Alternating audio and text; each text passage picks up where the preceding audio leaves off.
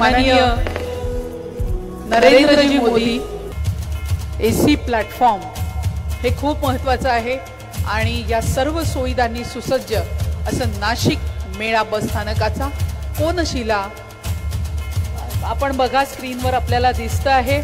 आवर्जून सर्व लोकप्रतिनिधी माननीय देवयानीताई फरांदे, माननीय आमदार सीमाताई हिरे तसंच आपले समोर येत आहे। श्रीनामाच्या या पदस्पर्शाने पुनीत नाशिकमध्ये पुन्हा एकदा माननीय देवेंद्रजी फडणवीस यांचं स्वागत होत आहे। आपल्या सर्वांचे लाडके उपमुख्यमंत्री देवेंद्रजी फडणवीस अतिशय सर्व मान्यवर आणि मोठ्या संख्येने जमलेले माझे नाशिककर बंधू भगिनी आणि पत्रकार बांधवांनो, आज देवेंद्रजींच्या रूपाने गेल्या आम्ही तिन्ही आमदार गेल्या 9 वर्षांपासून ह्या शहरामध्ये काम करतोय आणि 9 वर्षांमध्ये आमच्या पाठीशी उभं असलेलं आमचं खंबीर नेतृत्व, आम्ही म्हणू त्याला हो म्हणणारे, आम्ही सांगितला तेवढा निधी देणारे आणि नाशिकवर भरभरून प्रेम करणारे आपले आदरणीय देवेंद्रजी फडणवीस यांच्या उपस्थितीमध्ये 4 वर्षांपूर्वी ह्या बस स्थानकाचं, तेव्हा साहेब मुख्यमंत्री होते, ह्या वास्तूचं भूमिपूजन झालं होतं। मला नाशिककरांनो इथं सांगायला आनंद होतोय की महाराष्ट्र शासनाने या वास्तूसाठी 14 कोटी रुपयांचा जो निधी उपलब्ध करून दिलाय, तो निधी हा महाराष्ट्राच्या विशेष निधीमधून ह्या ठिकाणी हे पहिलं एसी बस स्थानक महाराष्ट्रामध्ये बांधण्यामध्ये आम्हाला मार्गदर्शन आदरणीय तेव्हाचे मुख्यमंत्री आणि आत्ताचे उपमुख्यमंत्री देवेंद्रजी फडणवीस यांनी केलं होतं। साहेब मला सांगायला आनंद होतो, माझे सासरे एसटी मध्ये होते, कंडक्टर म्हणून त्यांनी अनेक वर्ष काम केलं आणि नंतर ते कंट्रोलर म्हणून रिटायर झाले, आता ते हयात नाही, पण वरतून ते बघत असतील आणि एसटी कर्मचाऱ्यांच्या, वाहन चालकांच्या आणि वाहकाच्या काय समस्या असतात हे चित्र मला घरामधून माहिती होतं। साहेब आपल्या मार्गदर्शनाखाली ह्या ठिकाणी वाहन आणि चालकांसाठी वेगळा रूम, रेस्टिंग रूम करण्यात आलेली आहे। इथं अपंगांसाठी वेगळी व्यवस्था करण्यात आलेली आहे आणि एवढी सुंदर इमारत माझ्या माहितीप्रमाणे या महाराष्ट्रामधली पहिली इमारत असेल, त्याला आपण भरभरून साहेब 2.5 वर्षापूर्वी याचं लोकार्पण झालं असतं, म्हणून मला मागच्या 3 वर्षामध्ये जेव्हा आपलं सरकार नव्हतं तेव्हा मागच्या मंत्र्यांनी मला निधी दिला नाही, हे कॉन्क्रिटीकरण रखडलं होतं, त्याशिवायचा लोकार्पण करता येत नव्हता। म्हणून विकास करणारं सरकार महाराष्ट्रामध्ये 1.5 वर्षापूर्वी आलं आणि भरभरून आपण तिन्ही आमदारांना मोठ्या प्रमाणामध्ये निधी दिला, ज्याच्या माध्यमातून आज विविध विकास कामांचं लोकार्पण आमच्या राहुलभाऊ डिकलेंच्या मतदारसंघामध्ये असेल की आमच्या आमदार सीमाताई हिरेंच्या मतदारसंघामध्ये असेल। साहेब आज या ठिकाणी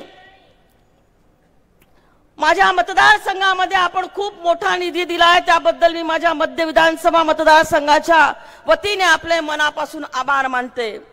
जवळपास 25 कोटी रुपये आपण छत्रपती शिवाजी महाराज स्टेडियम साठी दिले, त्याचं काम मागच्या 3 महिन्यापूर्वी आपण जेव्हा कार्यक्रम गेला होता तेव्हा तुमच्याच माध्यमातून त्या कामाचं आणि मुख्यमंत्री महोदयांच्या माध्यमातून त्याचं भूमिपूजन झालेलं आहे। संदर्भ सेवा रुग्णालय जे महाराष्ट्रातलं एक दुसरं सुपर स्पेशालिटी हॉस्पिटल आहे साहेब, त्यासाठी आपण 33 कोटी रुपयांचा निधी उपलब्ध करून दिले। उत्तर महाराष्ट्राचं हे सुपर स्पेशालिटी हॉस्पिटल गोरगरिबांची सेवा करण्यामध्ये 1 नंबरला आहे। साहेब आपल्या आशीर्वादाने त्या ठिकाणी पेडियाट्रिक, न्यूरोसर्जरी, प्लास्टिक सर्जरी ह्या पुढच्या कालावधीमध्ये होणार आहे। सावित्रीबाई फुले महिला रुग्णालय ह्याच्या रखडलेल्या कामासाठी आपण परत मला 29 कोटी रुपयांचा निधी उपलब्ध करून दिला, त्याबद्दल आमच्या समस्त नाशिकच्या महिलांच्या वतीने मी तुमचे मनापासून आभार मानते। साहेब तुम्ही मराठा समाजासाठी आपले मुख्यमंत्री लाडके आदरणीय एकनाथजी शिंदे साहेब आणि तुम्ही आणि अजितदादा पवार यांनी आम्हाला मराठा हॉस्टेलसाठी या ठिकाणी नाशिक शहरामध्ये निधी दिला। 158 कोटी रुपयाचा निधी खर्च करून ह्या ठिकाणी भाऊ 500 मुलं आणि मुलींसाठी मराठा समाजाच्या मुलींसाठी तिथं हॉस्टेल होणार आहे। भाऊ मला इथं सांगायला आनंद होतोय की महाराष्ट्रातील पहिल्या धनगर समाजाच्या हॉस्टेलसाठी तुम्ही 43 कोटीचा निधी माझ्या मतदारसंघामध्ये उपलब्ध करून दिलेला आहे। समोर जुने सीबीएस आहे, आमच्या लहानपणापासून आम्ही बघतोय की त्याचं रूपडं बदलणं नव्हतं साहेब। आदरणीय एकनाथजी शिंदे साहेब आणि आपण त्याच्यासाठी 10 कोटी रुपयांचा निधी उपलब्ध करून दिला, त्याबद्दल आपले शतशः आभार मानते। ह्या ठिकाणी आमचे लाडके माजी पालकमंत्री गिरीश महाजन साहेब आहे, त्यांच्याकडे एक मागणी करते की मागच्या मार्च महिन्याच्या अर्थसंकल्पामध्ये माननीय देवेंद्रजी फडणवीस यांनी शिव स्मारकासाठी 50 कोटी रुपये जाहीर केले होते, त्याचं प्राकलन भाऊ तुमच्याकडे आलेलं आहे। यांच्या आमदार निधीतून 1 कोटी रुपयांचे सीसीटीव्ही कॅमेरे विविध महत्त्वाच्या ठिकाणी लावण्यात येणार आहे। त्याच उपक्रमाचा शुभारंभ महाराष्ट्र राज्याचे माननीय उपमुख्यमंत्री देवेंद्रजी फडणवीस यांच्या हस्ते आज होत आहे।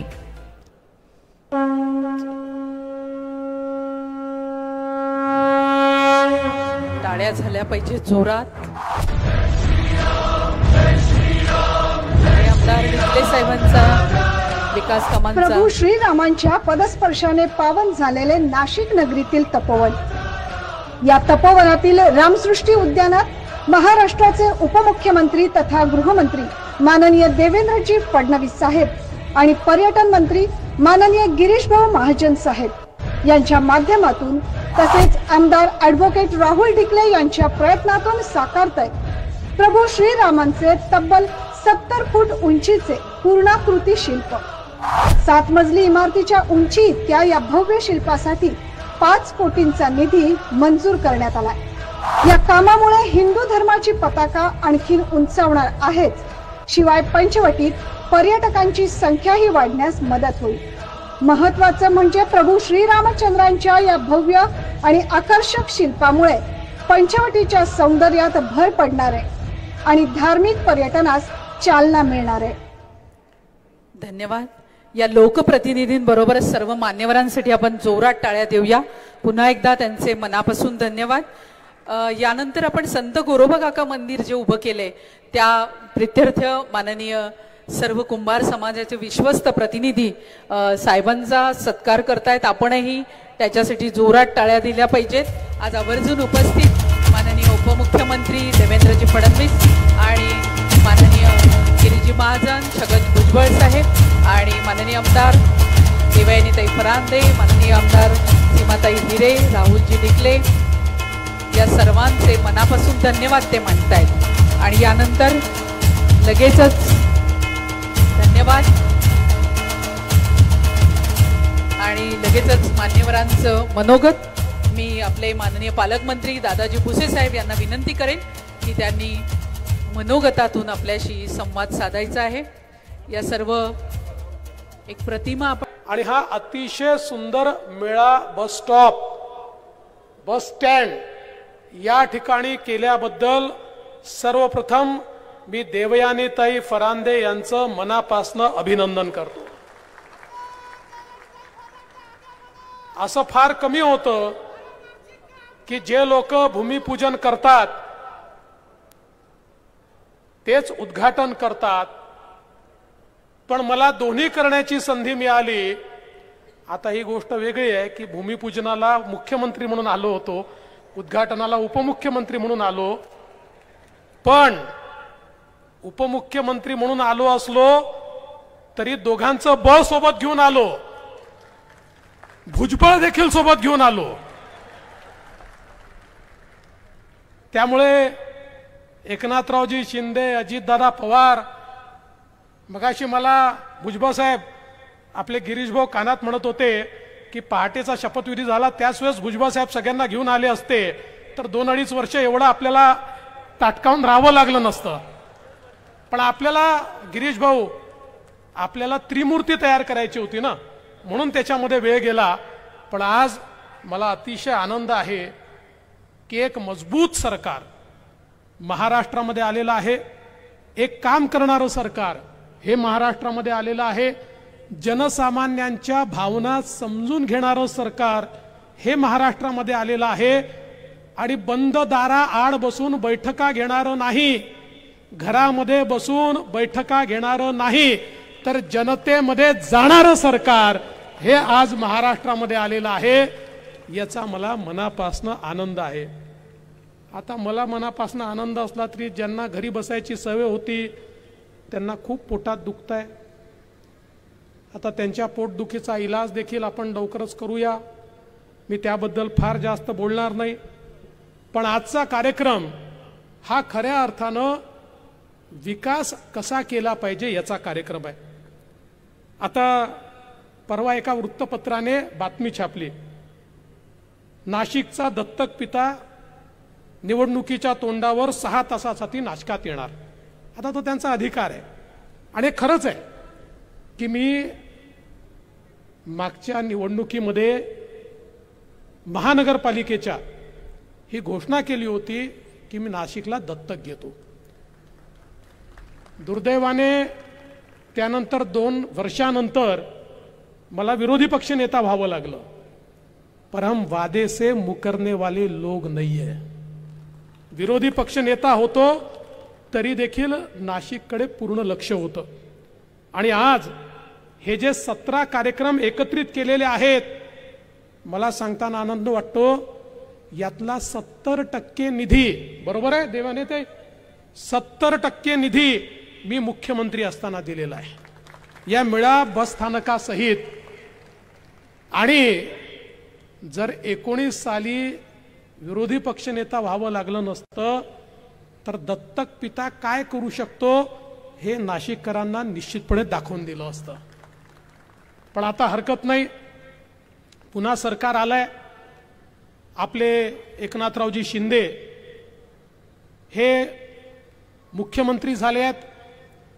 अजितदादा देखील आमच्या सोबत आहेत आणि मंचावरची नेते मंडळी सोबत आहे. त्यामुळे येत्या काळामध्ये नाशिकचा चेहरा बदलण्याकरता निश्चितपणे आपण मोठ्या प्रमाणात या ठिकाणी काम करू. खरं म्हणजे नाशिकची भूमी आमच्याकरता ही वंदनाची भूमी आहे. याचं कारण प्रभू श्रीरामांचा सर्वाधिक काळ वनवासातला कुठे जर गेला असेल तर तो या नाशिकच्या भूमीमध्ये गेलेला आहे. आणि म्हणून प्रभू श्रीराम जे आमचे आराध्य दैवत आहेत, जे मर्यादा पुरुषोत्तम आहेत, जशी त्यांची अवधनगरी महत्वाची आहे तेवढीच त्यांच्या संपूर्ण जीवनामध्ये हे नाशिक महत्वाचं आहे. आणि आमचं तर पक्का आहे, जो राम का नाही वो हमारे काम का नाही. त्याच्यामुळे प्रभू श्रीरामांच्या पावन स्पर्शाने पुनीत झालेल्या या नगरीमध्ये, या ठिकाणी ही जपाची भूमी आहे, ही तपाची भूमी आहे, सामर्थ्याची भूमी आहे. अशा या जाज्वल्य हिंदुत्व सांगणाऱ्या सावरकरांचा देखील ज्या भूमीशी संबंध आहे अशा प्रकारची भूमी आहे. आणि आपल्याला माहिती आहे की माननीय प्रधानमंत्री मोदीजींनी अयोध्येमध्ये रामललांच्या मूर्तीची प्राणप्रतिष्ठा करण्याकरता 11 दिवसाचं अनुष्ठान केलं. आणि त्या अनुष्ठानाची सुरुवात आपल्या नाशिकपासून केली.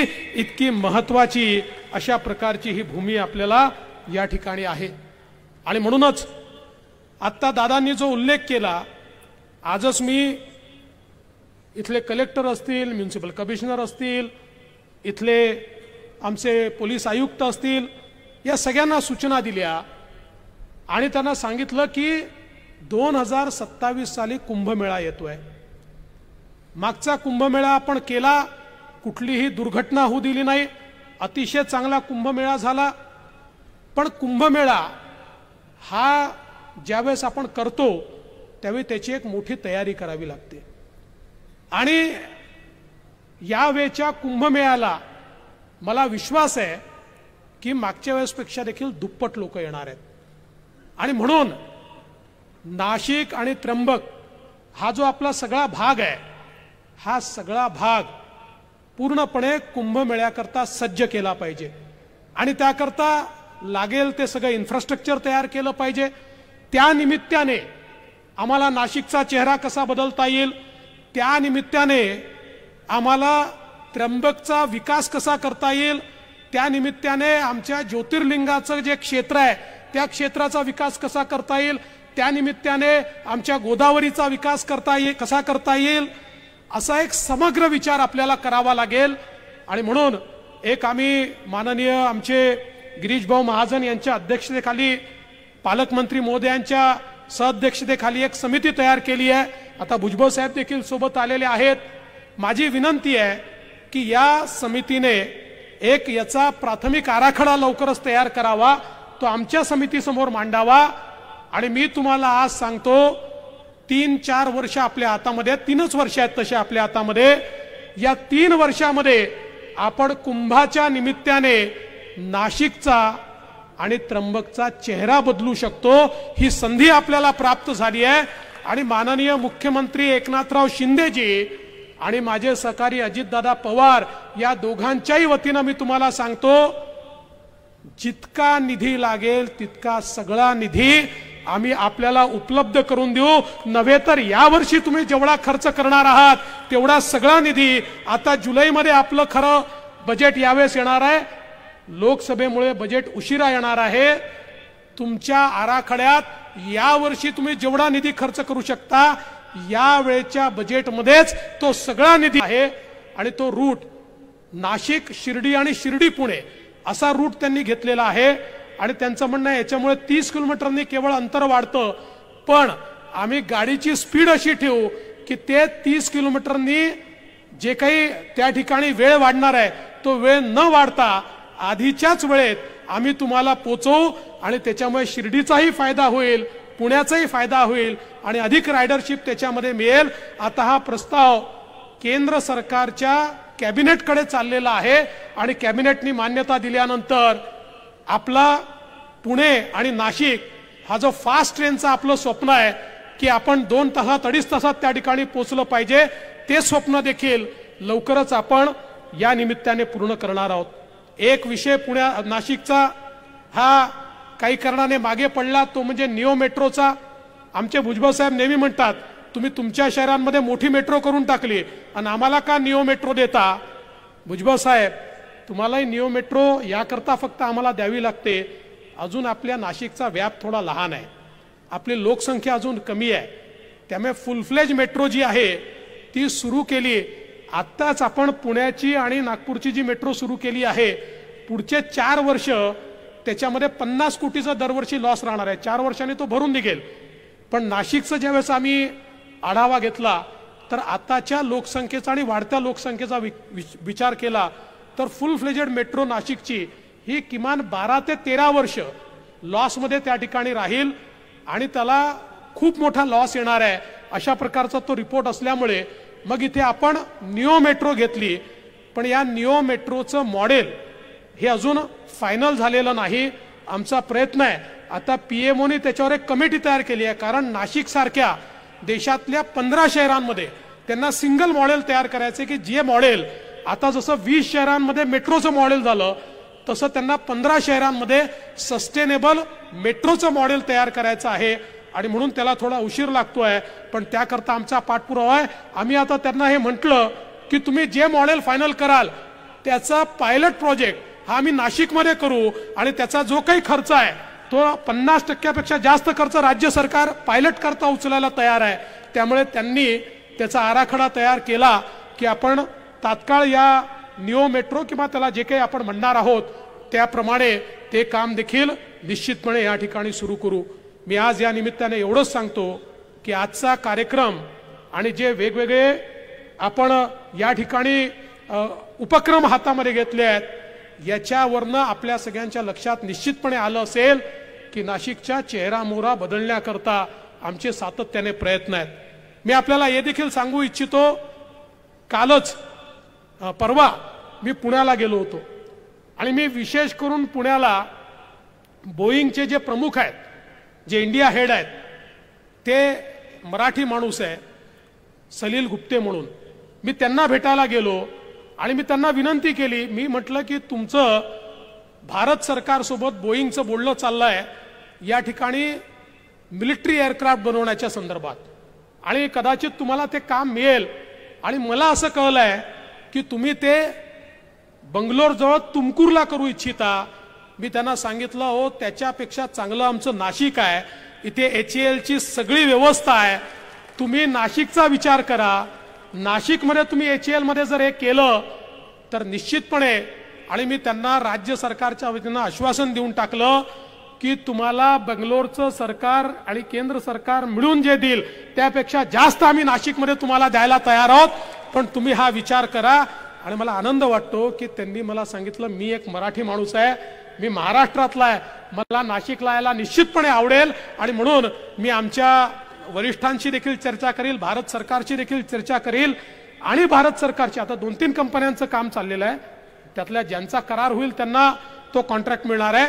पण त्यांनी मला हे सांगितलं की जर आम्हाला या ठिकाणी भारत सरकारने अशा प्रकारचा कॉन्ट्रॅक्ट दिला तर आम्ही जरूर नाशिकच्या HAL चा विचार हा या ठिकाणी त्यांच्याशी पार्टनरशिप करण्याचा विचार हा निश्चितपणे करू.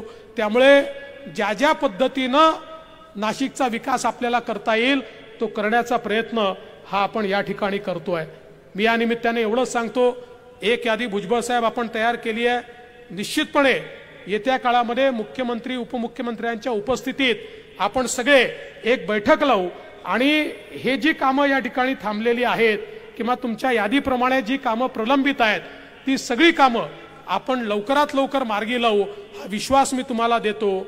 आणि पुन्हा एकदा मेडिकल कॉलेजचा विषय, आमचे गिरीश भाऊ जेव्हा मेडिकल एज्युकेशन मंत्री होते तेव्हाच त्यांनी मेडिकल कॉलेज सँक्शन केलं आहे, पण त्याचं काम आता आपल्याला वेगाने करायचं आहे. मी जरूर त्या संदर्भात वेगाने ते कसं सुरू होईल हे आपण त्या ठिकाणी बघू. आणि निश्चितपणे नाशिकला हक्काचं मेडिकल कॉलेज हे लवकरात लवकर मिळवून देण्याचं काम हे आपण सगळे मिळून करू, हा विश्वास या निमित्ताने मी देतो. आणि पुन्हा एकदा आपल्या 3ही आमदारांचं, पालकमंत्र्यांचं मनापासून अभिनंदन करतो. आणि देवयानीताई, इतका सुंदर अशा प्रकारचा हा बस पोर्ट तुम्ही बांधलाय. जसा एअरपोर्ट असतो तसा हा बस पोर्ट आहे. भुजबळ साहेब म्हणाले हे खरं आहे, हा एअरपोर्ट सारखा दिसतो.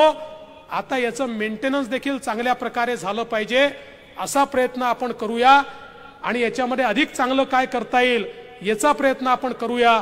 मला एक गोष्ट अजून सांगितली पाहिजे, आमच्या STला फायद्यात आणण्याकरता आम्ही योजना तर केल्याच, अर्ध्या तिकिटात आमच्या महिलांना प्रवासाची योजना केली. पण परवा माननीय मुख्यमंत्र्यांकडे एक अत्यंत महत्त्वाचा करार आम्ही केला आणि त्या कराराच्या अंतर्गत आपण कतारमधल्या कंपन्यांची करार करून त्यांच्याकडनं LNG वर चालणारी ST, म्हणजे आपल्या STला आपण LNG वर कन्वर्ट करतोय, ज्याच्यामुळे STचं जे काही डिझेल पेट्रोलवरचा खर्च आहे 250 कोटींनी तो कमी होईल आणि LNG मुळे प्रदूषण देखील थांबेल, एफिशियन्सी वाढेल, आवाज कमी होईल. अशा प्रकारचा एक करार आपण केलाय. त्यामुळे तुम्ही जसं स्मार्ट बस स्थानक बनवलेलं आहे त्या स्मार्ट बस स्थानकामध्ये आता पुढच्या काळामध्ये स्मार्ट ST आम्ही घेऊन येऊ, हा विश्वास मी तुम्हाला देतो. आणि या चांगल्या कार्यक्रमाकरता